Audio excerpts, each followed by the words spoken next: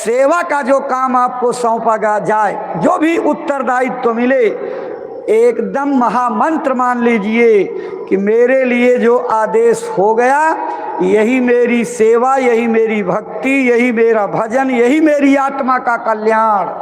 उसको मन लगा करके करने की आदत बन गई तो भजन बन जाएगा। गुरु महाराज ने कहा भजन तो बनाना मेरा चुटकी का काम है, और तुम भजन करने के लायक बन जाओ तो चुटकी में हो जाए, लेकिन लायक बनने के लिए ही ये सेवाएं रखी जाती हैं, ताकि तुम सेवा करने के काबिल हो जाओ।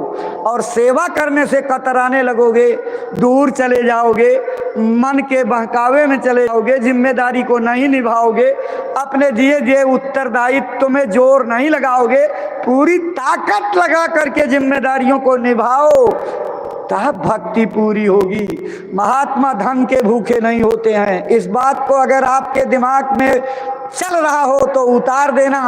उनके पास तो नाम का अमृत खजाना है, जिस खजाने के सामने इस दुनिया के हीरे जवाहरात दौलत कुछ भी काम नहीं आते हैं और कोई बराबरी नहीं कर सकते हैं। इसीलिए तो फकीरों का दर्जा है सबसे आला दर्जा, सब दर्जों से आला दर्जा है फकीरी। फकीरों के कदमों में झुकती अमीरी। जिस अमीरी का गर्व घमंड कर रहे हो ये सब मिट जाने वाला, लेकिन महात्मा के द्वारा कमाया गया आत्मधन जो कृपा से आपको प्राप्त होगा वो कभी नष्ट नहीं होता। यही वो दौलत है जिसको कोई जला नहीं सकता, कोई तलवार काट नहीं सकती, हवा सुखा नहीं सकती, पानी गला नहीं सकती है, आग जला नहीं सकती है। इसी नाम की कमाई करने के लिए महात्मा जोर देते हैं। तो भाई बहनों, अपने अपने गांव में भजन केंद्र बनाओ और भजन केंद्र बना करके 1 घंटा जरूर अपने घर में कानून लगाओ। कोई भी आदमी 1 घंटे कोई काम नहीं करेगा।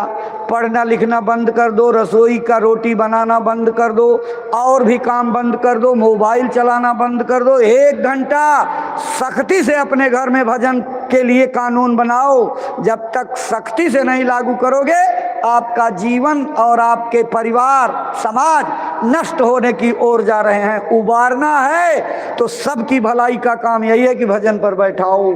और एक एक गांव गोद लेने का आदेश इसी पावन पुनीत भूमि से पूज्य महाराज जी ने दिया था। कितने वर्ष गुजर गए और हम आप अगर जांच पड़ताल करें तो इस सेवा में कितने पीछे हैं, क्या सेवा करेंगे। इसलिए अपनी गलती को समझो, बूझो, इसके फायदे को जानो और एक एक गांव गोद लेकर के गुरु महाराज के संदेश को पहुंचाने में मेहनत करो। 2 घंटा रोज समय दो।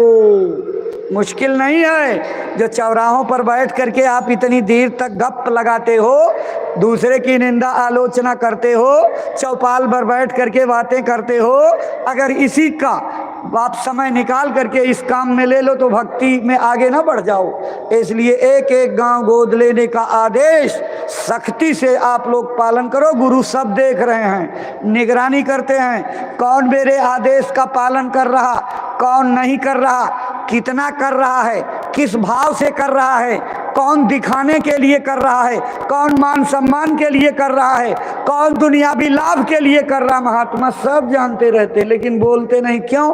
अगर बोल दें कि तुम ये गलती कर रहे हो तो हमेशा के लिए ये दरवाजा छोड़ करके चले जाओगे कि मेरी तो पोल गुरुजी ने खोल दी। इसलिए आपकी पोल नहीं खोलते, जानते सब रहते हैं। कभी गफलत में ये मत समझ लेना कि मैं चुपके से कर लूंगा और मेरी इस गलती को नहीं जानेंगे, बहुत बड़ा धोखा हो जाएगा।